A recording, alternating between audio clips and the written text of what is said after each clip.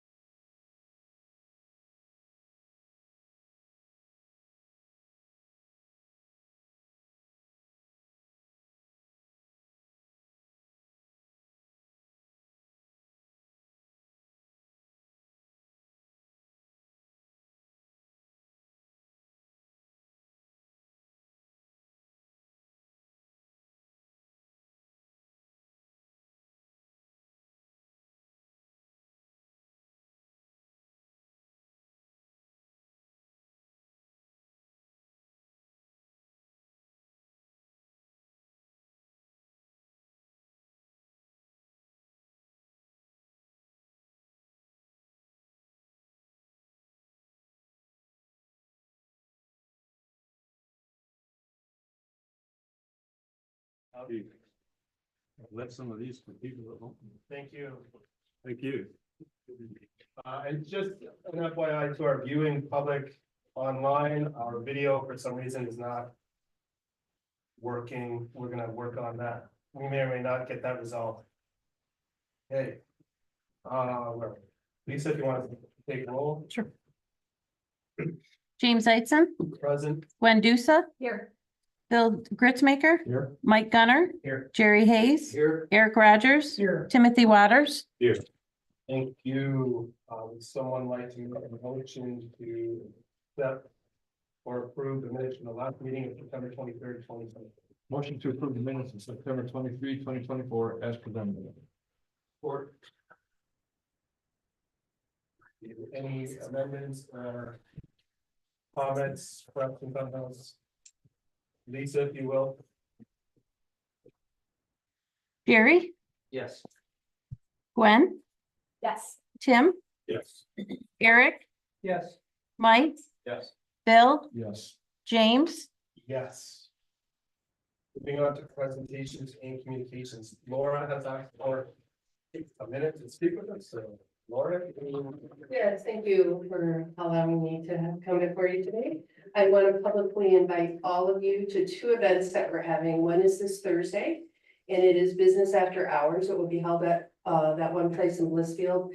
And we have Jim Alt coming from Lapeer to talk to us about grants and loans and ways that businesses can improve their businesses. And it would be a great opportunity for all of you to come and meet the business community. And of course, people in the audience as well. That would be a great, that starts at 6 o'clock. There will be lots of really good food and drink. So come hungry. Is that open to the public or should they contact you? They can, I mean, if somebody wants to come and learn about that, that's certainly. We did have people from the public last time. We had about 40 people. And we're hoping for about the same. We had a really good business turnout, but I think it would be a great opportunity for you guys to meet some of the people and chat with them about what they're feeling and how they're feeling about the environment in the community. The second thing I wanted to talk to you about is Yuletide. Yuletide's coming up the November 8th, 9th, and 10th. It's going really well. We are doing a new thing this year. We're doing a craft show. We're reviving the craft show at the elementary school.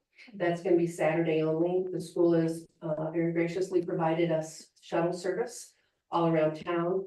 We've got Paige's ponies and petting zoo, it's too many P's, at Springbrook. On Saturday, we also have the sheep lady. I don't know what, she's from a farm. She brings all our sheep in. And then we're also having the reindeer and the usual things that we're doing. Brunch and all the ticket sales are going really well. Yuletide's rolling right along. So we'd also like to invite you guys to come to all of those things as well, if you can make yourself available. It's a great opportunity for the public and for you guys to meet. Need volunteers for anything in particular or? We do. It is on Sign Up Genius. Is it? And Okay. yeah, all of the volunteer opportunities are available there, but yes, we can always use volunteers. For our welcome, we're doing our kinder market this year. We had all the kids that signed up. Last year, we had 8 in here. And they all did fantastic. And so we opened it up to a new group of kids. They all signed up to come back. And so we're opening it up on Sunday. And we do, I think, have 3 spots left on Sunday for What age groups are you talking? 10 to 18. Does it have to be a Blissfield resident? No, in fact, some of them are not. Okay, I have a student that's big into that stuff, okay? I'll tell you, those kids, they Yeah. did great and they were so excited and I'll talk to you more about it then, thank you. Yeah. Okay. And Yuletide is November 8th, 9th, 10th. 8th, 9th, and 10th, yes.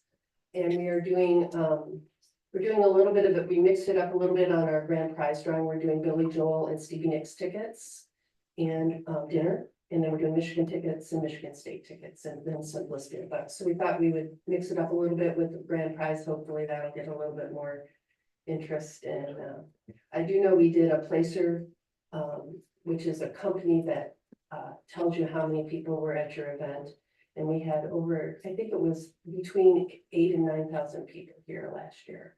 So it's a very well attended, great event for Blissfield. So just wanted to update you on the progress of Yuletide. Do you have any questions? Wonderful, thank you, Laura. Danielle, anything for presentations and communications from you? No. Okay. Tonight's agenda. So Chief Rucci has asked to be added to the agenda, so I'd be looking for a motion to amend tonight's agenda.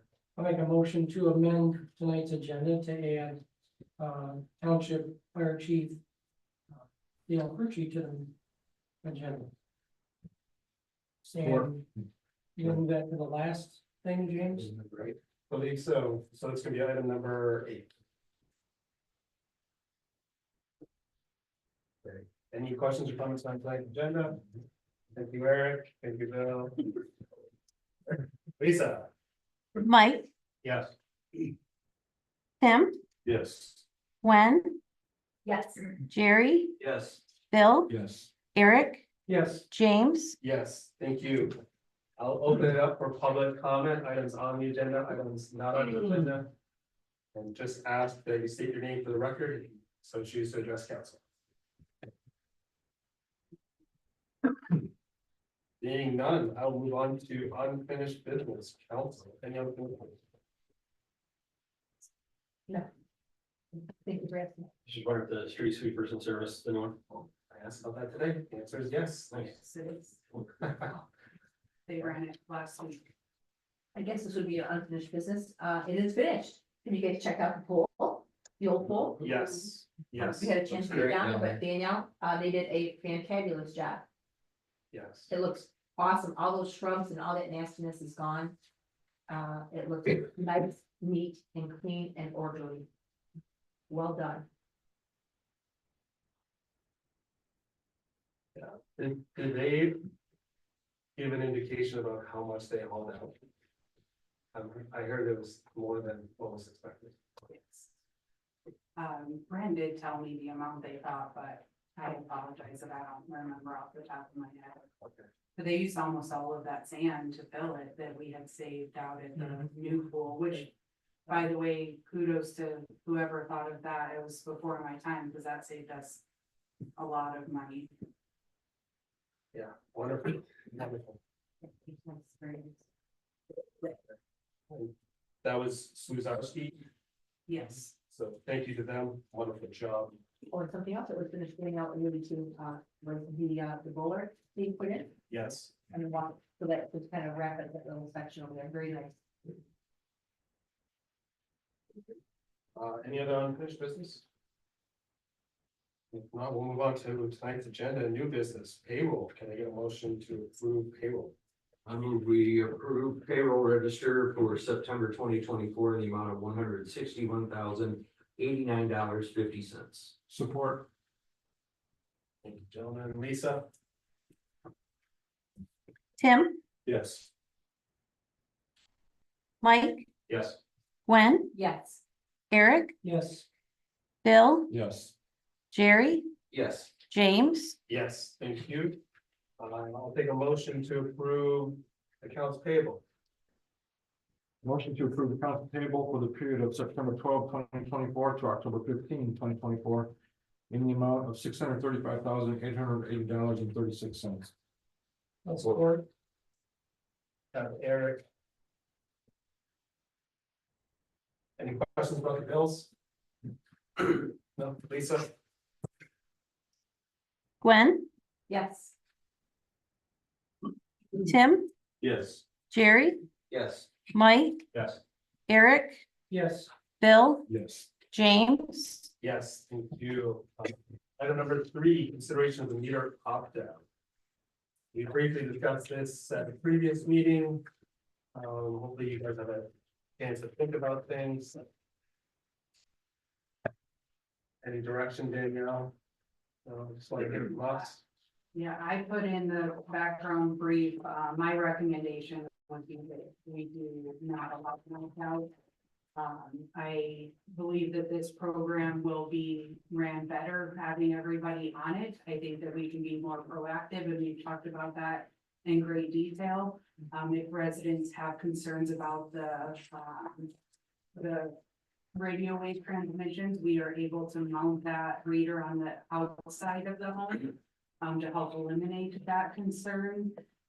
But I think overall, it's better for the village, it's better for the customer, they help with the customer service, so to me, it just makes sense to do an all or nothing. If you guys elect to allow an opt-out, then I would recommend that there be some sort of fee tied to that, because we don't want, it's silly of us to do this program if we're gonna have half of our residents opt out. And doesn't, kind of defeats the whole purpose of the project and being more efficient, so that DPW can do other things and just save on them having to go out and manually read and look at all of that. So that's my feedback. USG provided the same information. I had sent you guys an email about that. Michigan Rural Water, they provided the same philosophy as well. I did talk to some other communities that have this program. And they all went with the full replacement as well with no opt-out. Most recently, most closely, Brooklyn, Michigan did a full meter replacement project. In fact, they still have, they're at 98% complete with their project, and they did not do an opt-out as well. Great. And do you have a count of who wanted to opt out of this? Is it just one person or? So I've had two people contact me regarding an opt-out. Now, there may be more, but those are the two that I specifically talked to and am aware of. Do you think they'll be satisfied if we mount this outside away from where they normally are sitting, or? One of them, I'm not sure why they wanted to opt out. The other one did indicate that it was for the wave frequency, and I believe that they would be happy with that. Based on all of the information we have, running your microwave is worse than having this radio read within your house. Using your cell phone is worse than the radio. Yes, yeah. These things only put out about a quarter of the power of your cell phone. And I And should have, they transmit in bursts too, from what I've read. yeah, I It's should not have a resent constant it. RF signal. Because USG did send you guys some information about that I forwarded, and I apologize, I didn't think about resending that. I certainly can, but obviously that doesn't help you at this moment. Any other input from council regarding opt-in, opt-out?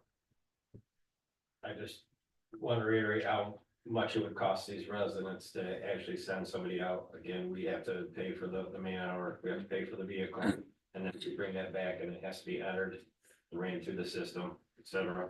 So again, it wouldn't be cheap, it'd probably be at least $100 per home just to read and enter that information. So again, it really doesn't seem viable, doesn't seem like an option. The whole idea is to make it more efficient, and I think we should require it. We can mount them outside.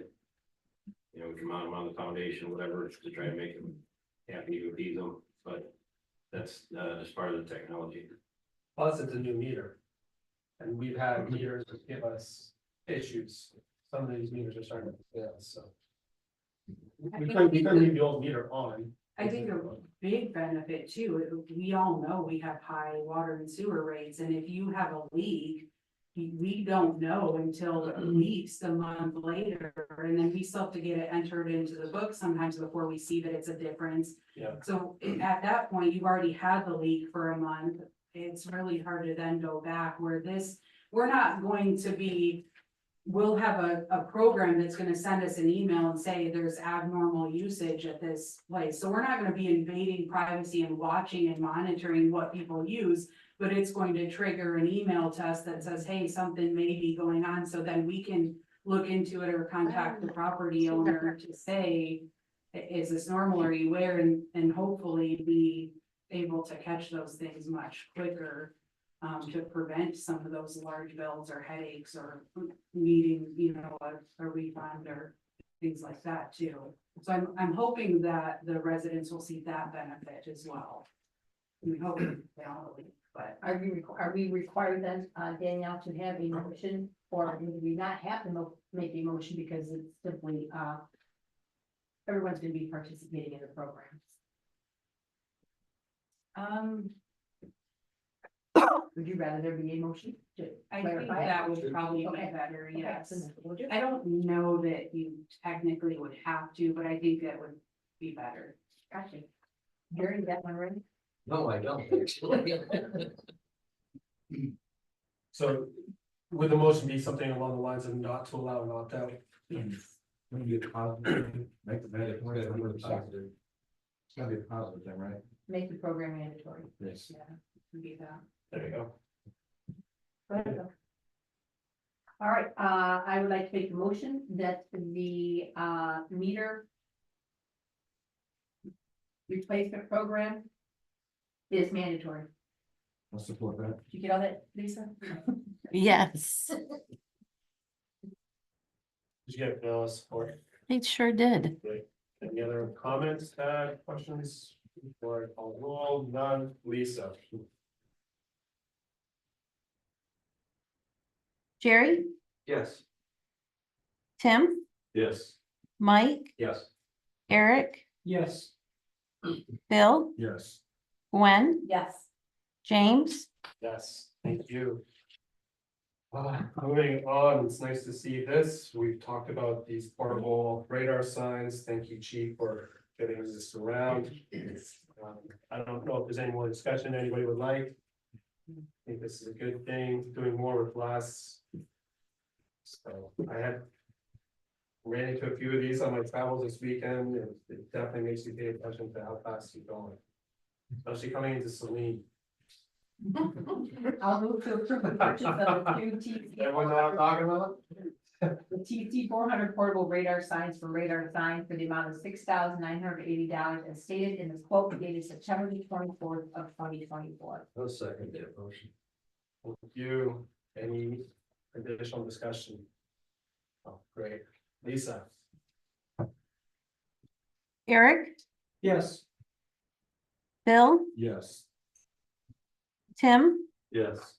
Mike, What's that? Do you want to talk about this over before we? Well, if you got numbers, sure, sorry. Can we pause the vote? I'm sorry, I should have said something. Oh my God. Well, I thought it was, we don't necessarily want you to change your motion, but we did have a question posed to us that we would like to publicly share since we did get the information. So I apologize. Am I good? Floor is yours. Okay. So we did have the question posed if these could be, solar rather than battery. And, I can turn it over to Chief, but he did look into that option for us and did get pricing for that, but I'll kind of let him talk about it. And we're not necessarily asking you to change your motion, but just. so No, you know. I'm not recommending it. It's an additional cost of $1,700.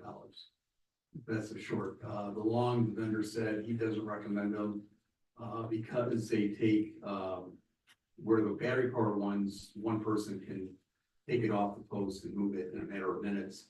The solar powered version takes two people on the ladder and you can take upwards of a half hour to just take it off one pole. So it's very cumbersome, not quite as mobile as the battery powered ones.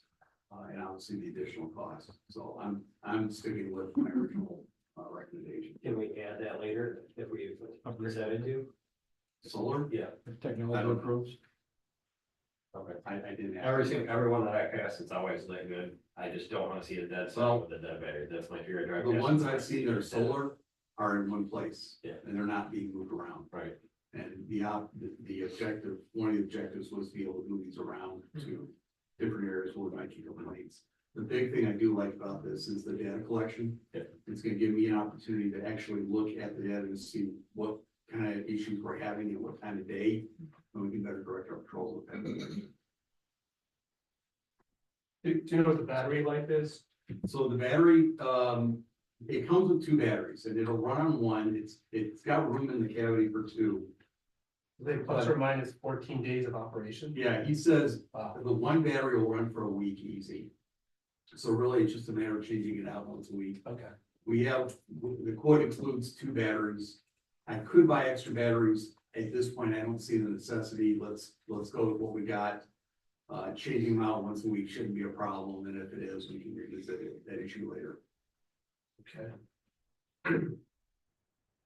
Thank you for that interruption, Danielle.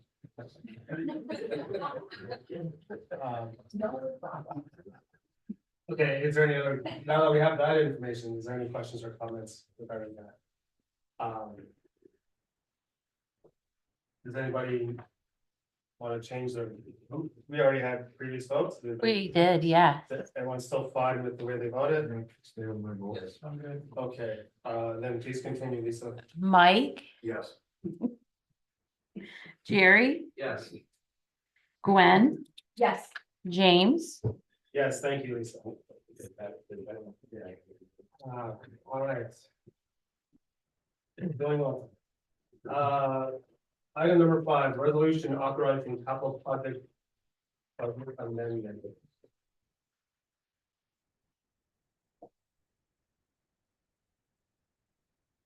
Move to approve the resolution authorizing the capital project budget amended as presented. Amendment forward. I have Tim as support. Any questions or comments? This is an annual thing. Anything you want to notify us? That's not in the agenda. Perfect. No. Lisa? Mike, Yes. Jerry, Yes. Eric, Yes. Gwen, Yes. Tim, Yes. Bill, Yes. James, Yes, thank you. Delinquent billing collection. Back to Brandon. Yeah, I can take the lead too, and Brandon, you can jump in if need be, if that works. So this is coming back to council. We recently talked about delinquent bills and we let you know that we would prepare a policy for that, which is included within your packet. And then additionally, Brandon had previously got information from one collection agency and he reached out to a few others, and all of that information is in your packet. So we are just asking council to approve the policy for those delinquent accounts, and we would start moving forward with the collections agency. And we, I believe it's the LR Ross is the name of the agency. Okay, thank you, I was trying to find it. It was something. If you have questions for Brandon or myself, please let us know. Council, any questions or comments? Yes, when we had this discussion previously, we talked about statute of limitations set around collecting those funds. Should that be in here, or is the generic, the current legal property owners, which that can be applied, suffice for that? I just want to be crystal clear that we're gonna go this far for this long. In terms of the tax collection, and if we go through, then we'll go through other resources. If it's property owner, but if it's just like a renter or something, how long do we wait before we go after that?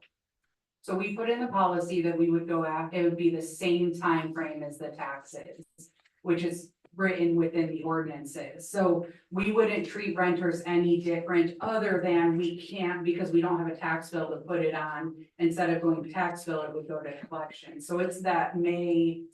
So sometime in May, it has to be validation, sure, but I have to share the process in May. So And like it has this to have is been gonna- delinquent for 6 months, at least prior to May. So depending on when they went delinquent, it'll be 6 months up to potentially 11, 12 months. Depending on if they It's fell. that 1 year. Correct, yeah, so that we're not having these 5, 6-year-old accounts trying to figure out, because that's been, I think, the challenge is with the changeover and Yeah. not knowing what happened before it gives us that shorter deadline to stay up on these moving forward. Thank you. Yes. Any other concerns? No, I just wanted to say thank you for Yes. checking into some other debt collection agencies. I appreciate that. Surprising that we didn't get much response, but it is what it is. Thank you for that. Okay, okay.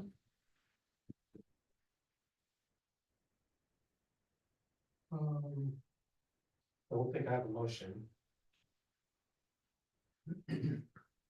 So if anybody would like to propose one. I'll move council to approve the accounts receivable collection policy with LG Ross. Is that enough? Is it LR? Oh, no, I see where she's got. Should there be two She's got separate? LG. She's got, yeah, and then do it. That's big. You guys can do that however you want. You can do it together or two, you can do one for the policy and one for the collection. We put it together because it's all kind of tied together, but it's whatever you want to do on that. You want two separate motions? Let's split it, because if we get a better rate from a different vendor, then maybe we can save a little bit more from the village, right down the line. Then we won't have to re-adopt the policy. So one motion for the policy. One for the policy and one for the contract. So Tim, you made it for the contract, is that? Well, I did both, but we can just do it for the policy first.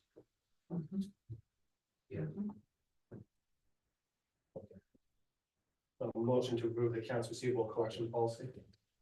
I'll second. Okay, thank you. That was Mike. Lisa, whenever you're ready.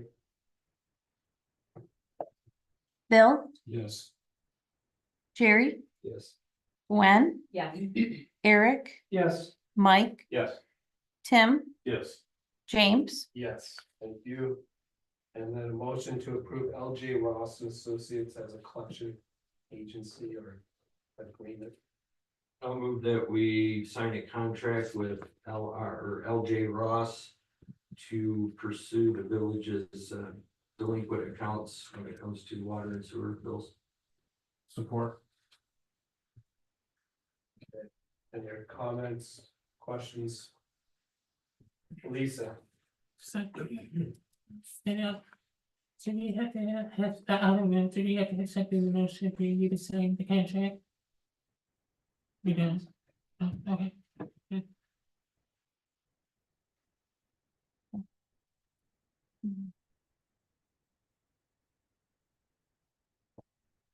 Gwen, Yes.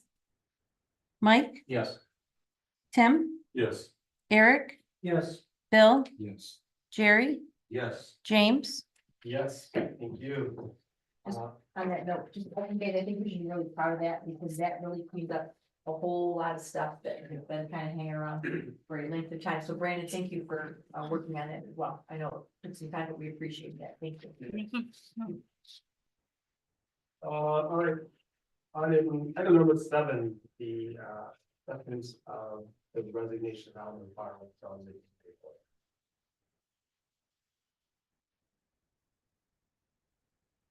Move to appoint Heather Nichols to the DDA Main Street Board with the term ending June 30, 2026. I'll support that.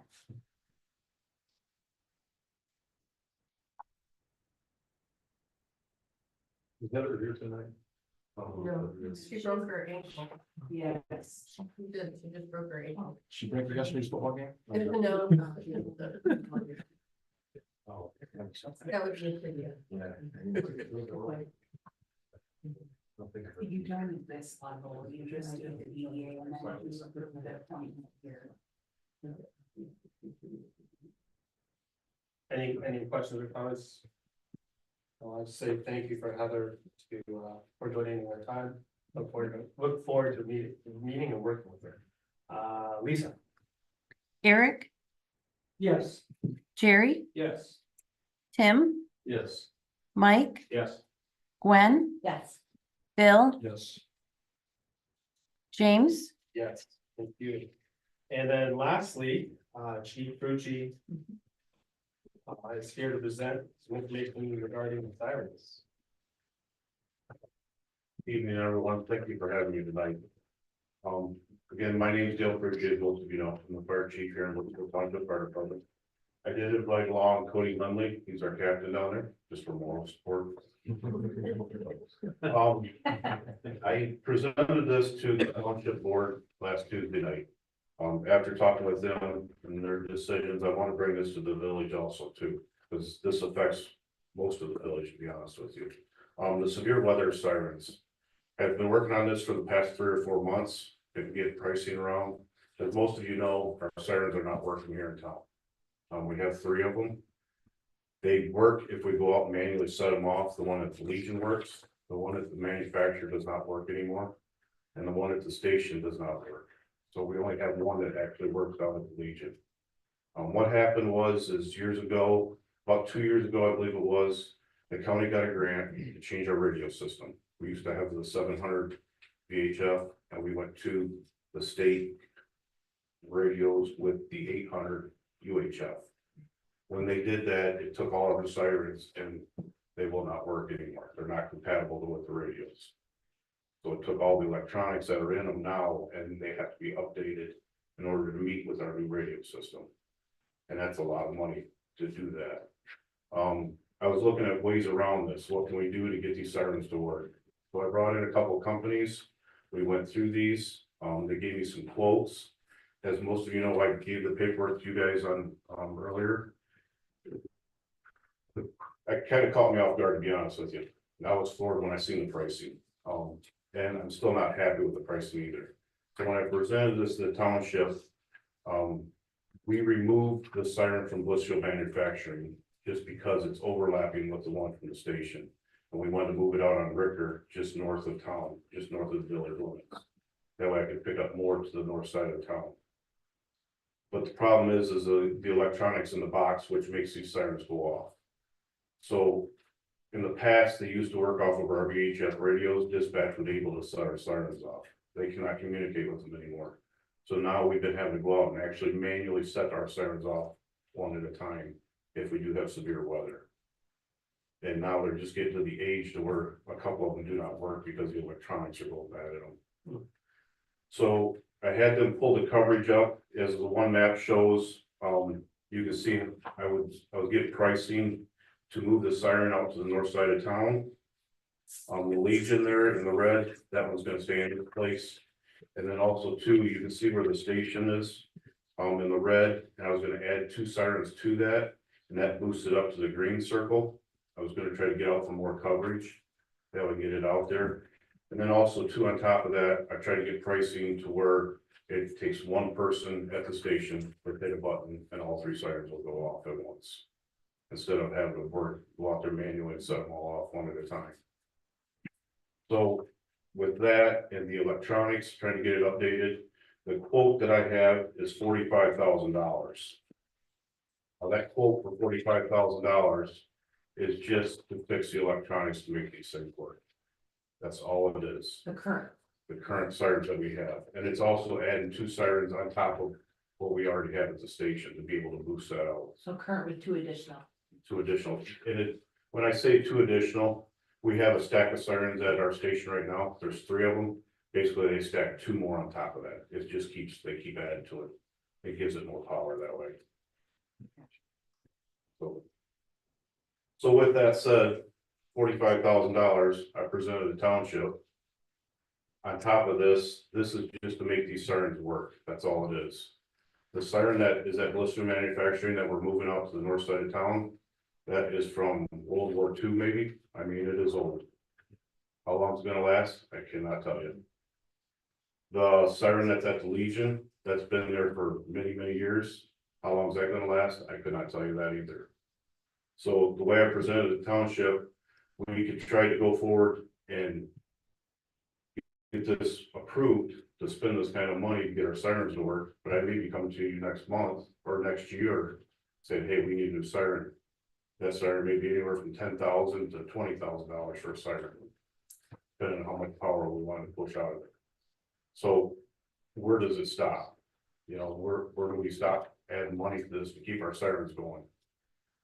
Don't get me wrong, the fire department is our sole goal, number 1 is public safety. We want to make sure everybody's safe, oriented, and alerted if there is something bad coming.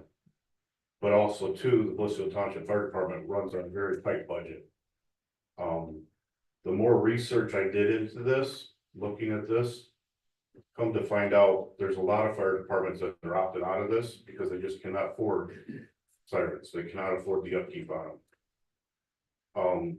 There is nothing stating through the state that the fire departments have to give severe siren, any initial warnings of severe weather. It's not on the local fire departments. There's not a state mandate for that. No, there is not. So I did reach out to other departments within our county. There is a few sirens that people have fixed, like Deerfield for one, but they only have a single siren that's at their station. They did, is very minimal cost what they put into it, and they said if it reaches out, it gets out as far as it can get, that's all we're gonna get. I have reached out to other departments, they're not doing it anymore, they just let them go. I talked to Madison, for instance, out there, because they have multiple sirens in their jurisdiction, and they said they can't afford it. They can't afford the upkeep on them. So with the technology that we have nowadays, everybody has all kinds of apps on our phone. And with all the weather announcements that come through our phones anymore, we ask the question, is it really needed anymore? Do we need the sirens anymore? So with the budget and the technology that we have nowadays and the cost to get these things up and running, we question, do we even fix them? Or as I presented to our township, which they thought about this very hard, they tabled it last Tuesday, is they want to reach out to the county, like our county commissioner, and see what the county has to offer. Because like Monroe County runs all the sirens in the county. It's all on the county. It's not on individual township, village, nothing. It's on the county. So as you go in Monroe County, there's sirens throughout their whole county. They control it from dispatch, all of them. So I wanted to make the village aware of where we're at, because these sirens affect the village more than they affect anybody out there. And I want to bring you guys up to date where we're at with this and what's going on. Because I hear a lot out there, what's going on with our sirens? Why don't we hear our sirens anymore? You know, I know back in the day, they always went off for every call we went to. But then it got to the point to where, you know, it was getting, our call volume was increasing and people were starting to get upset, you know, sick of listening to the siren, when these things gonna shut up. So you get both hands, right? You get both sides. But when they changed the radio system, it really put the kibosh to us on it. So with that said, I want to bring it to the village. I want to present it to you. I'm not asking for anything. I'm not asking for any commitment, nothing like that. I just want to make the village aware of where we stand and what is going on with our severe weather sirens here in town. So everybody's clear what's happening. No rumors, huh? I'm sorry? You don't wanna have any rumors? Yeah, exactly. I'm trying to head it off before it gets too much going. Did you get any kind of feeling from the township, what they might do? Or are you just waiting? Right now, they tabled it because like I stated with them, I said, my budget's so tight right now. It's just tough. I mean, everybody sees the costs keep going up. And we see the cost in our normal residents, what it's going up to, just groceries alone and whatnot. When you talk about fire, add 3 times to that. Whatever the price is, add 3 times because it costs that much more for fire. So anything the fire department has to purchase is astronomical. So with our budget, I don't want to go to the village or I don't want to go to our residents and ask for more money. You know, I just can't because everybody pays enough in taxes already and everybody seems like they get strapped once in a while. So this subject here with sirens, can we let it go? I'm on the fence. I'm both ways. If something ever did happen and coming through this town, I'd like to let everybody know, but at the same hand, how often do we really have it happen? You know, as much money as we would dump into these, to use them maybe once a year. I don't know. It's, like I said, it's a very tight budget we're working with. What about FEMA grants? Are there anything like that out there available maybe? I mean, if it's a good idea to even, like you say, this stuff is World War II era stuff. Is it even gonna be able to be fixed in the future? So. FEMA grants, I mean, are available, but I don't know if they cover this kind of stuff. There is, I was actually going to say something too. I can send you the email too, Chief. There is a FEMA grant right now. It's gonna be a tight deadline, notice of intent to apply, which is just a letter. It's not the actual application, is due by October 21st. The application itself with all the information is due December 16th, but there's a hazard mitigation grant through FEMA right now that does fund severe weather sirens. But if you were going to do that, I don't know if looking at replacement or we'd have to look at the grant in more detail or you would have to make sure, but I believe too that Craig Tanis with the county will even help you apply for that grant. And I have reached out to Craig before about some of these grants, and he's even brought the question up, is it your problem? You know, should you be doing this? Because the FEMA grant is great, don't get me wrong, I've been awarded many grants from FEMA.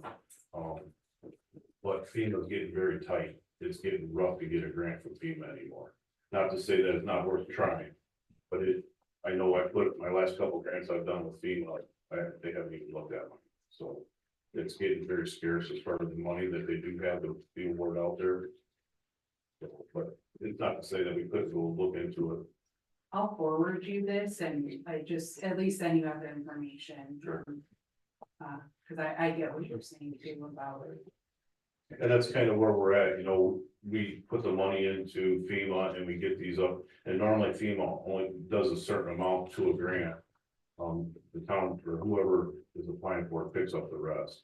Hey, Chief, if you were to replace these, would you want local control or would you want county dispatch to be able to activate them or both? So the county dispatch says they do not want control over our Or sirens. don't want it? They do not want it because the problem is the only way they can control sirens is countywide. Who sends out the rate alert? Because we get severe weather. I don't know who does. I think that's part of Craig Tanis on his side. But as far as dispatch, when they only have one single button, but they push for sirens, which we've seen many times, or out towards Jackson or Addison, they're getting severe weather and it's pretty nasty while we got the sunshine over here. So it's hard for dispatch to set off a tone like that or a siren when one part of the county is getting bad weather, and the other part of the county's out playing in the pool, so it's, you know, it's tough, so dispatch just basically said, we're not gonna touch them. That's a shame, because generally the weather service issues a thunderstorms, tornado, whatever warning watch for a county, Yes, specific county. That's how we did it in Washington. We set it off the entire county. Monroe County does the same thing. They have a great system, whether it's Fermi paid or whatever, but at least it's at the county level. Mhm.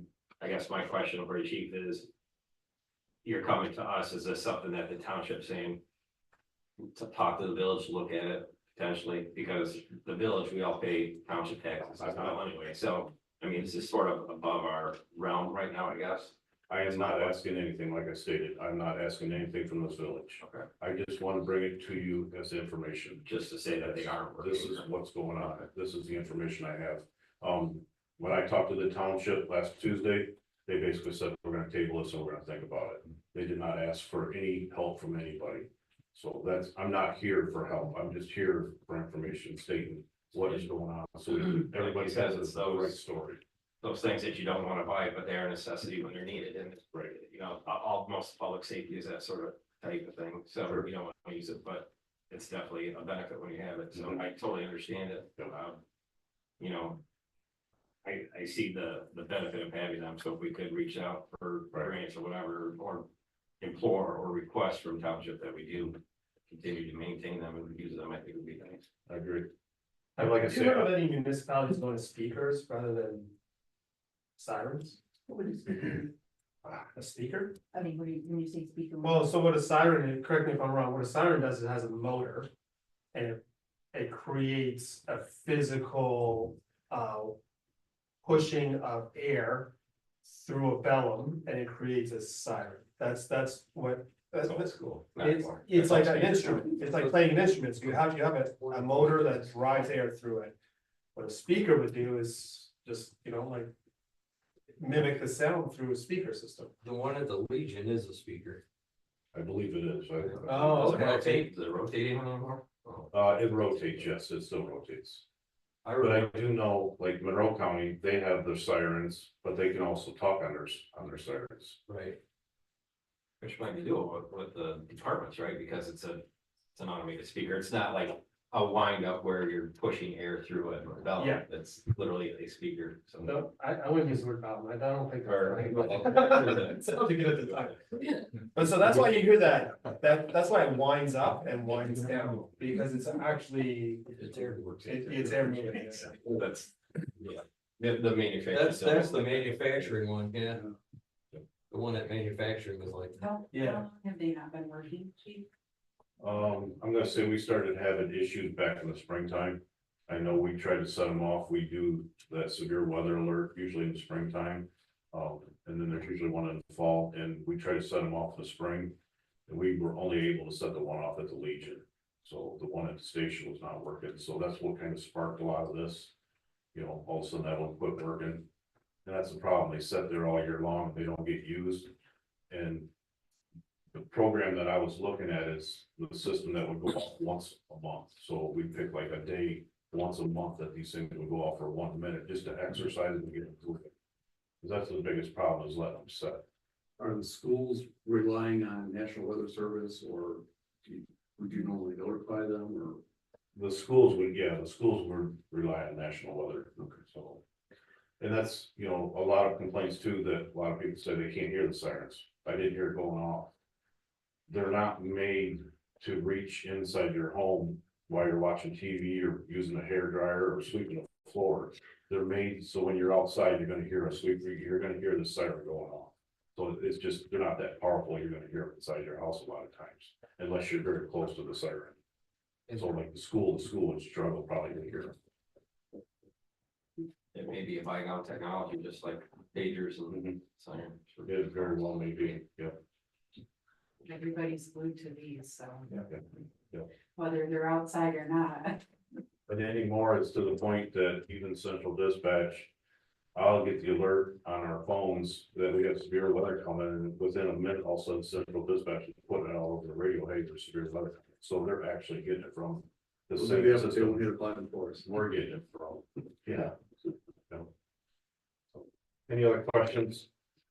I appreciate you coming in and explain everything for us so that we understand clearly. Like I said, I'm not asking for anything, so please don't take it that I'm looking for anything. I just wanted to bring the information to the village. So. Do your hand over here. They can certainly give you nothing. Thank you for your time tonight, Chief. We appreciate it. I still encourage you to go out to that FEMA grant, see if there's anything. I know it's a bygone technology, but better to have it, not need it, than need it, not have it. So a bit of a Boy Scout motto there.